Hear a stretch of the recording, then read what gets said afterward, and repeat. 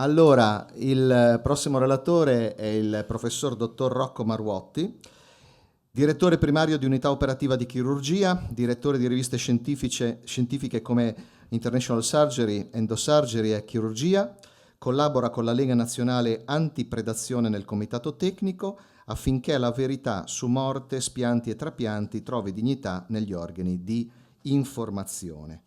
Interviene oggi con una relazione dal titolo Morte cerebrale, verità o finzione. Ti ascolterò con grande attenzione ed interesse, come penso tutto il pubblico nella sala. Grazie, a te la parola. Ti ringrazio, Marco. No. Vabbè, basta. Allora, il problema è questo: della morte ci sono definizioni multiple. La morte può essere adesso cerebrale, non cerebrale, a cuore battente, a cuore non battente, metabolica, non metabolica, rallentata, accelerata, assistita, non assistita, guidata, non guidata, dignitosa, non dignitosa, serena, non pacifica, in corso e, per quanto riguarda i trapiantatori, in finestra di espiantiabilità. 200 anni fa George Washington aveva scritto alla Moshe: seppelliscimi decentemente e non lasciare che il mio corpo venga messo nella bara prima di 3 giorni. Apparentemente temeva di essere sepolto vivo. Finché poi sono venuti i trapiantatori e negli Stati Uniti, alla Università di Harvard, hanno stabilito che cos'è la morte cerebrale. Qual era lo scopo dell'introduzione della morte cerebrale?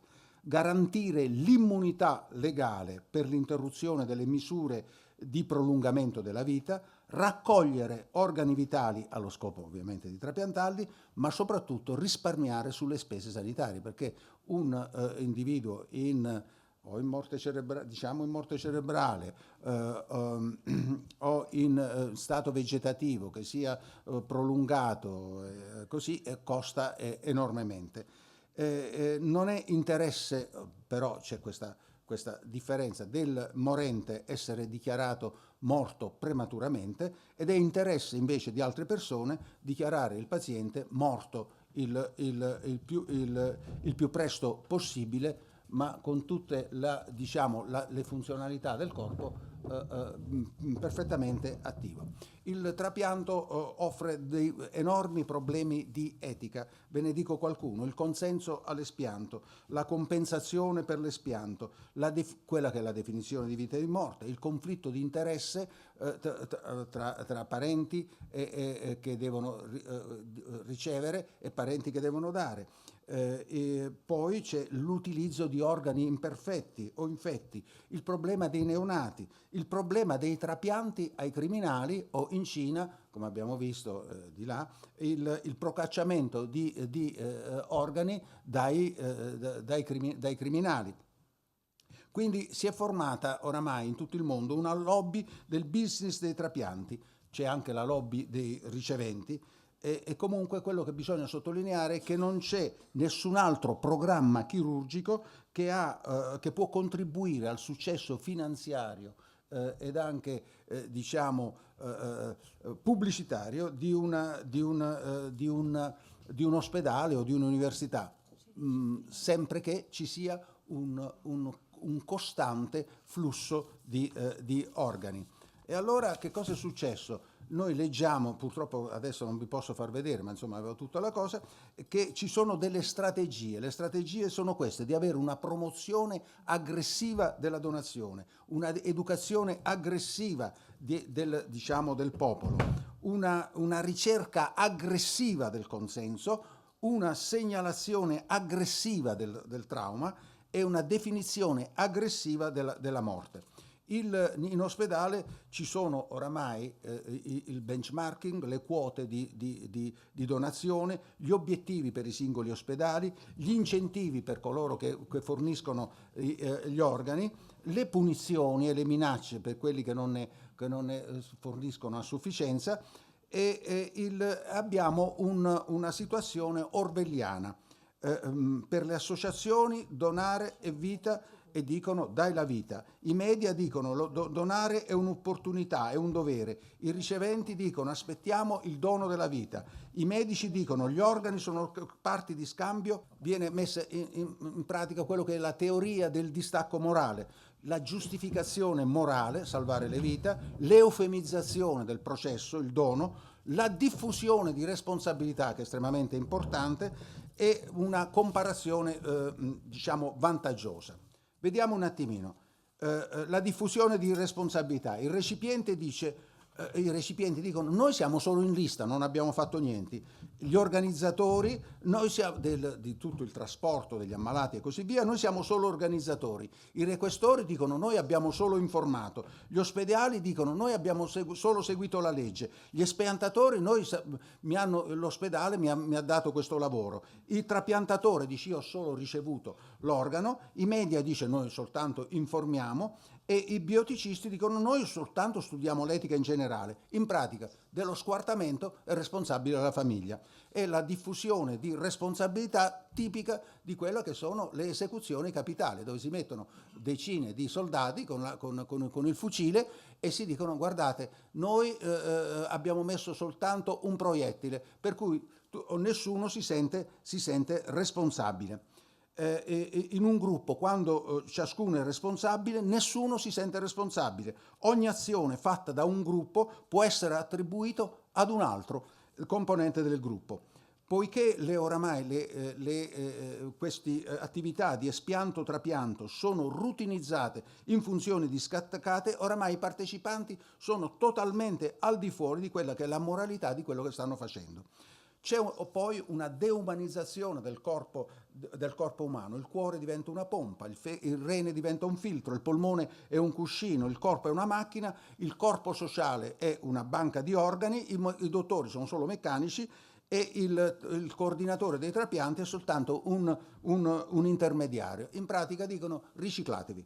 Scusa, volevo cercare di... Sì, vai. Sei più avanti. Ecco, vai avanti. Così. Vai avanti. No, sono noi. Ecco la diffusione. Allora, ecco, Boh. questo andiamo ancora un attimo avanti. Diffusione delle responsabilità, della deumanizzazione, benissimo. Quello che viene usato è un linguaggio eufemistico, il dono della vita, tu diventi una star, tu diventi un eroe. Prendiamo anche da Magritte il donatore felice.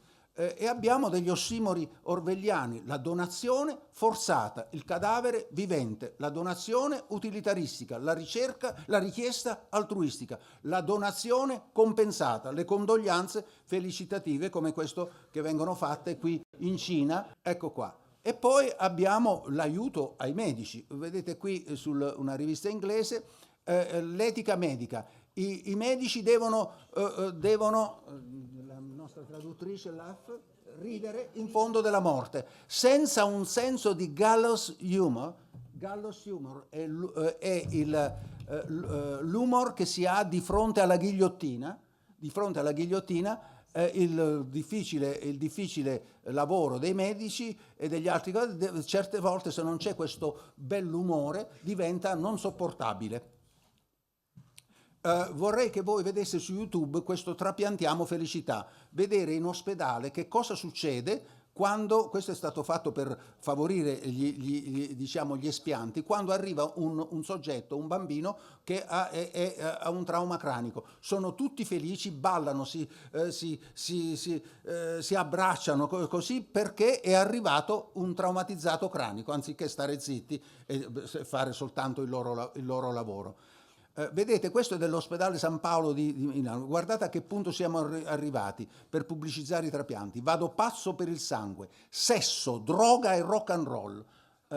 Prima campagna di sensibilizzazione alla donazione di sangue rivolta ai giovani. Sesso, droga e rock and roll. Questo poi quando vai là a dare la donazione per il sangue ti dicono ma firma anche per la donazione degli organi.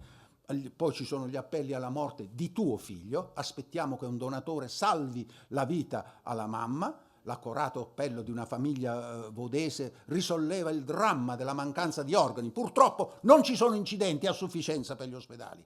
E questo è il Natale, è un tempo di speranza per le famiglie che devono ricevere gli organi. Questo ragazzino ha bisogno di un nuovo organo per Natale, quindi bisognerà che uno dei vostri figli sbatta contro qualche cosa e poi gli doni gli organi. Questo è tutto quello che voglio per Natale. Non voglio altre cose, non voglio l'albero di Natale, non voglio giochi, voglio un nuovo cuore. Quest'altra vuole un nuovo rene, quest'altro vuole un nuovo fegato, quest'altro vuole sia il cuore sia i polmoni. E questo anche fanno un disperato appello per un fegato. E questa dice: questa pancia non è che sono incinta, ma perché ho bisogno di un nuovo fegato. Il nuovo cuore è il miglior regalo per Natale. Il ragazzino ha detto: oh mamma, prega che questa notte arriva un nuovo cuore. Questa, dopo che ha avuto 4 trapianti, dice: io voglio fare la donatrice, cosa impossibile. Ed è questo il bambino che, come vedete, che sarà poi espiantato, che praticamente ha tutte le funzioni. Ma che cosa è successo adesso? È successo che stanno chiudendo gli ospedali periferici. Si sta concentrando tutto sui grandi ospedali e non solo. E alcune attività sono state relegate agli specialisti, come quella della neurochirurgia. Prima un chirurgo 20-30 anni fa era capace di fare una piccola trapanazione cranica e quindi far uscire il sangue e salvava il paziente. Oggi come oggi chiamano l'ambulanza, lo portano da un ospedale all'altro finché non arriva in neurochirurgia nel grande centro, ha sprecato 2 o 3 ore e siamo andati nella cosiddetta morte cerebrale. Dopodiché fanno questo taglio al nostro bambino, che è dal collo sino al pube. E vediamo chi è morto e chi è in cosiddetta morte cerebrale. A destra c'è il morto vero, vedete il fegato che è di colore marrone e che il colon, chiedo scusa, aspetta, che il colon è completamente, aspetta, non lo faccio, no, perché devo fare questo, no, ecco, con questo, il colon è nero, necrotico, non c'è sangue, mentre vedete il fegato è perfetto nel bambino che è stato squartato dal collo fino al pube, il fegato è di colore normale, vedete come il sangue circola regolarmente. Posso andare così? Ecco, grazie. Allora, il problema è morente o morto. Quello che vedete sulla destra è uno squartato per prendere gli organi, cuore, polmoni, fegato e così via. Quella che vedete giù è un morto vero, laddove veramente non si può più fare niente. Well, Hamlet said, has this fellow no feeling of his business? And Horatio said, custom hath made it a property of business. Lo traduco in italiano, ma diceva Amleto a Orazio mentre stavano nel cimitero che aveva preso il skull, si traduce in italiano il cranio, aveva detto: ma questo qui non sente niente a fare questo lavoro. E Orazio disse: guardate, a furia di fare questo lavoro lui oramai non gliene frega più niente. L'abitudine, ecco. Allora, adesso siamo ancora peggio, perché vogliono fare l'espianto da quelli a cuore fermo, che è ancora peggio, perché devi decidere nel giro di pochi secondi. Non è come nella morte cerebrale, che puoi stare anche 1, 2, 3, 10 giorni. Guarda il pubblico. Sì, 10 giorni, ma devi decidere in pochi minuti, quindi questa diventa una cosa veramente micidiale. E allora, prima nella vecchia morte cardiaca, la morte era nei suoi propri termini e gli organi venivano presi da persone in non buone condizioni. Adesso invece con lo nuovo sistema di morte cardiaca dobbiamo mantenere in extracorporea il paziente per poter prelevare gli organi. Non ve ne sto a dire tutte le storie. Allora, vediamo un attimino l'attribuzione di colpa. L'attribuzione di colpa, se non donate, è vostra. C'era questa pubblicità, era stata fatta in Scozia, se ammazza Jill, sì o no? Se non la vuoi ammazzare deve diventare un donatore. La gente si è molto infuriata e hanno cambiato in...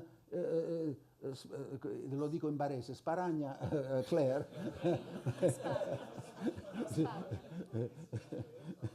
e così via. Vabbè. E loro continuano continuamente, oppure uno di queste due cose riceverà i tuoi organi, la ragazzina o il bidone dell'immondizia, quindi per convincerti a donare. Poi anche perché accusano tutto il popolo di avere dei problemi con la donazione, per cui non ci sono organi a sufficienza. Il problema è che secondo loro bisognerebbe avere più incidenti e il problema è che voi siete ignoranti, avete paura, non riuscite a capire, siete disinformati, siete conservatori, siete non educati, secondo loro naturalmente, siete confusi da vecchi criteri oppure avete una personalità ostruttiva. Poi c'è il trapianto di turismo. Ovviamente ci sono, vedete, dei prezzi, non so, ovviamente in Iraq erano $1.000, in Pakistan 14.000, in Ucraina 19.000, in Bosnia e Erzegovina 68.000, che è un problema enorme. Di rene prevalentemente. Certo. Per solito i parenti non donano. È meglio pagare uno di questi e avere il ricordo. Poi c'è il problema della donor card, che oramai è diventata quasi una cosa obbligatoria, e a mio parere il biglietto della lotteria della morte non informata è un'assicurazione sulla vita del business dell'industria dei trapianti. È il biglietto della lotteria della morte. La definizione della morte non c'è nessuno, il consenso informato non ce n'è nessuno, la speranza segreta è di non vincere il jackpot, praticamente, per cui il vincitore di questa lotteria viene espiantato. Ed ecco il taglio, se tu, ecco che cosa ottieni se tu vuoi salvare una vita. Aspetta un attimino, poi c'è lì, scusate. Allora, ecco, hanno fatto un gioco a Modena che si chiama Trapiantopoli, in modo da voi andate sulla strada per solidarietà, prendi la direzione giusta, sbatti contro un albero e avrai il dono. E questo è il gioco che viene dato ai bambini in provincia di Modena, che si chiama Trapiantopoli, per cui, cari bambini, sbattete contro un albero, non so, avete un incidente di macchina e così via, ecco i bambini con il cuore così, che vengono, questo è negli Stati Uniti. E poi c'è la reciprocazione. Questa signora qua ha ricevuto un cuore, però è stata bravissima, ha regalato il suo cuore, quello che vedete giallo lì, all'università, quindi è stata una reciprocazione molto bella, lasciamo stare. Poi c'è il problema dell'attrazione. Guardate questa pubblicità, vi traduco dall'inglese, io non lo parlo molto bene. Allora, c'è scritto qui: diventare un donatore è probabilmente la tua unica chance di entrare dentro di lei.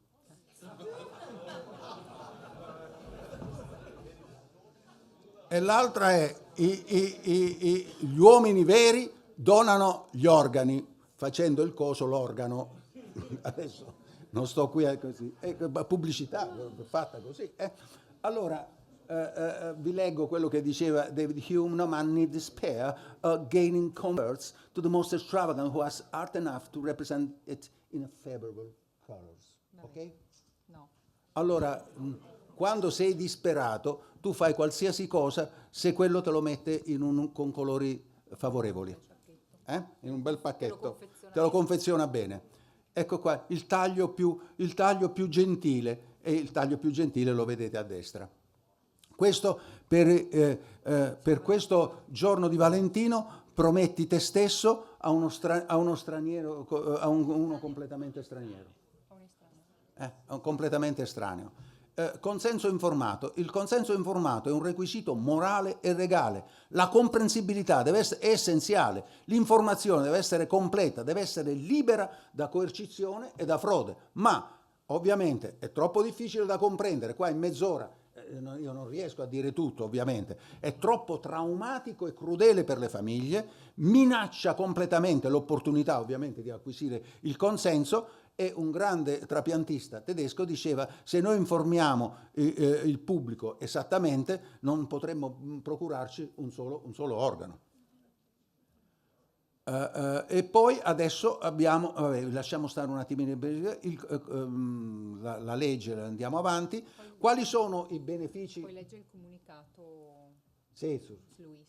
Comunque, i benefici, allora abbiamo i benefici per i riceventi, i benefici per il donatore. Il beneficio per il donatore è il test dell'apnea, l'eparina, i vasopressori, gli ormoni antidiuretici, i fluidi, l'angiografia, l'anestesia, sì o no? Perché ovviamente bisogna fare dei farmaci anestetici, se no quello si muove, e bisogna dare dei farmaci che gli bloccano completamente, allora pensano no, non si può prelevare, è un grosso problema. E quindi quello che si trasforma in una orribile e prolungata agonia. Dice: ma deve morire? Benissimo, lasciatelo morire tranquillamente nelle braccia dei genitori. Questo è per le infermiere. C'è tutto un programma fatto con Topolino, Paperino, in cui dicono: abbiamo gli organi. Poi ci sono gli eventi celebrativi, c'è una panoplia di espressioni simboliche, vengono orchestrate professionalmente, il corpo viene trasformato in un vegetale, harvesting, explant, transplant, viene scurata la morte, viene negata la sofferenza umana di tutte le famiglie, il corpo viene elogiato come un oggetto, viene silenziato il dolore, ovviamente l'identità del paziente viene completamente negata. Questo è in Cina, questo è in India, va bene, lasciamo perdere questo qua, questo in Brasile, questo l'abbiamo visto, questa è la propaganda della regione Lombardia, perché qualcuno aspetta di rinascere, donazione degli organi. Benissimo, sbatti contro un albero e così puoi donare tranquillamente così. E questa è un'altra pubblicità. Dai, vi traduco quello che c'è scritto in alto a destra: non fare il fesso, sai bene che no, stiamo parlando, sarai morto, quindi non farà male. E il sacrificio di un morente quindi è imposto come donazione, reso invisibile ed anonimo, nascosto sotto la retorica e gli interessi medici, dichiarato un'opportunità, esaltato come obbligo e dovere civico, silenziato da potenti lobby organizzative.